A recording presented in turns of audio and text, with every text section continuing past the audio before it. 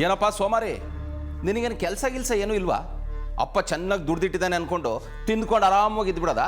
Sir ನಾನು ಕೆಲಸ ಮಾಡ್ತಿದ್ದೆ ಸರ್. ಈ ರಗಳೆ ಸ್ಟಾರ್ಟ್ ಆದಮೇಲೆ ಕೆಲಸ ಬಿಟ್ಬಿಟ್ಟೆ. ಏನೋ ಇದು ರಗಳೆನಾ? ಇನ್ನೇನು ಸರ್, ಚಾಲೆಂಜಸ್ ಕಣೋ.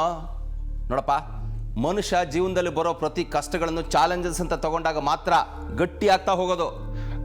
ಸರ್ ನಾನು ನಿಮ್ಮ ಹತ್ರ ಏನೋ ಹೇಳಬೇಕು ಸರ್. ಹೇಳು.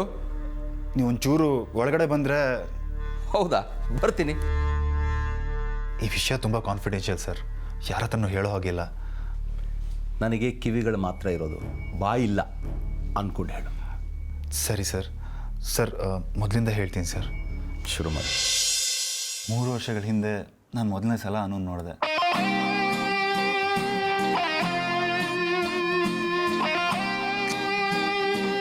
ದೇವಸ್ಥಾನದಲ್ಲಿ ನಾವಿಬ್ರು ಡಿಕ್ಕಿ ಹೊಡೆದಾಗ ಹೂವಿನ ಬುಟ್ಟಿಯಲ್ಲಿದ್ದ ಹೂವು ಅವಳ ತಲೆ ಮೇಲೆ ನಾನೇ ಮುಡಿಸಿದಾಗ ಬಿದ್ದಿತ್ತು. ರಾಣಿ ಹಾಗೆ ಕಾಣ್ತಿದ್ಲು. ಅವಳನ್ನ ಪ್ರೀತಿಸೋಕೆ ಶುರು ಮಾಡಿದೆ ಸರ್.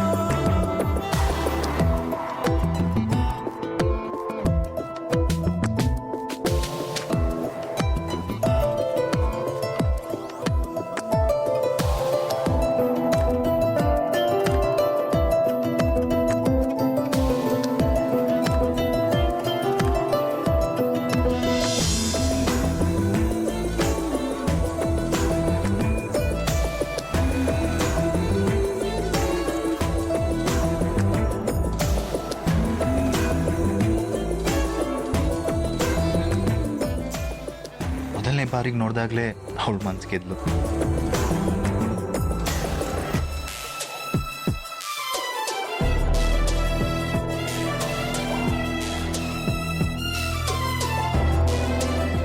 ನನಗೆ ನಗು ಇಲ್ಲದೆ ಇರೋ ಹುಡುಗಿ ಅಂದರೆ ಇಷ್ಟ ಆಗ್ತಿರ್ಲಿಲ್ಲ.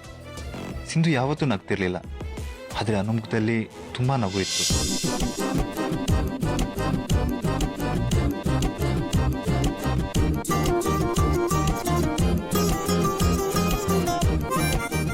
ನಾನು ಯಾವತ್ತೂ ತುಂಬ ನಗ್ತಾ ಇರೋದನ್ನು ಇಷ್ಟಪಡ್ತಿದ್ದೆ. ಬ್ಯಾಡ್ ಲಕ್, ಆ ನಗು ನಂಗೆ ಸಿಗಲೇ ಇಲ್ಲ.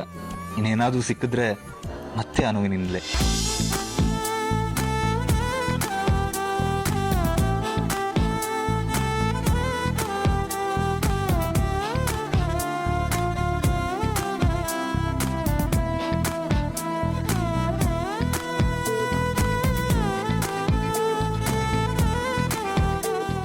ಆದರೆ ಆಮೇಲೆ ಗೊತ್ತಾಯಿತು ಅವಳಿಗೆ ಬಾಲ್ಯ ವಿವಾಹ ಆಗಿದೆ ಅಂತ.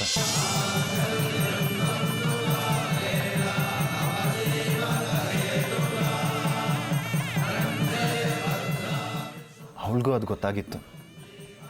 ಅವಳು ನನ್ನ ಪ್ರಪೋಸಲ್ ರಿಜೆಕ್ಟ್ ಮಾಡಿದ್ಲು. ನನಗೀಗಾಗಲೇ ಮದುವೆ ಆಗಿ ಹೋಗಿದೆ. ಮನೆಯವ್ರ ಒತ್ತಾಯಕ್ಕೆ ನಾನು ಸಿಂಧುನ ಮದುವೆ ಆದೆ. ಮದುವೆ ಆಗಿ ಸ್ವಲ್ಪ ದಿನ ಆದಮೇಲೆ ನನಗೆ ಇನ್ನೊಂದು ಸತ್ಯ ಗೊತ್ತಾಯಿತು. ಅನುನ ಬಾಲ್ಯ ವಿವಾಹ ಆಗಿರೋದು ನಾನೇ ಅಂತ. Wow, what A twist. ಆಮೇಲೆ? ಆದರೆ ಏನು ಮಾಡೋದು ಸರ್, ಸಿಂಧುನ ಮದುವೆ ಆಗಿದ್ದೆ. ಅನುಗೆ ಸಿಂಧುಗೆ ಮೋಸ ಮಾಡೋಕ್ಕೆ ಇಷ್ಟ ಇರಲಿಲ್ಲ. ಅದೇ ವಿಚಾರದಲ್ಲಿ ನಮ್ಮಿಬ್ರಿಗೂ ಜಗಳ ಆಗ್ತಿತ್ತು. ನಾನು ಅನುನ ಕನ್ವಿನ್ಸ್ ಮಾಡೋಕ್ಕೆ ಪ್ರಯತ್ನ ಪಡ್ತಿದ್ದೆ. ಒಂದು ರಾತ್ರಿ ನಾವು ಅದೇ ವಿಚಾರ ಮಾತಾಡ್ತಿರ್ಬೇಕಾದ್ರೆ ಸಿಂಧು ಅದನ್ನು ಕೇಳಿಸ್ಕೊಂಡ್ಬಿಟ್ಲು ಸರ್. ಏನು ಅಂತ ತೋರಿಸ್ತೀನೋ ನಿನ್ಗೆ. ಅವತ್ತೇನಾ ಅವಳು ಮನೆ ಬಿಟ್ಟು ಹೋಗಿದ್ದು? ಹೌದು. ಬೆಳಿಗ್ಗೆ ಹೇಳೋ ಹೊತ್ತಿಗೆ ಸಿಂಧು ಇರಲಿಲ್ಲ. ಆಮೇಲೆ ನಾವು ಅವಳನ್ನ ನೋಡಿದ್ದು ಹೆಣವಾಗಿ. ಲಕ್ಷ್ಮಣ್, ಸಿಂಧು ಫೋಟೋ ಇದೆಯಾ? ಬಂದಿದೆ.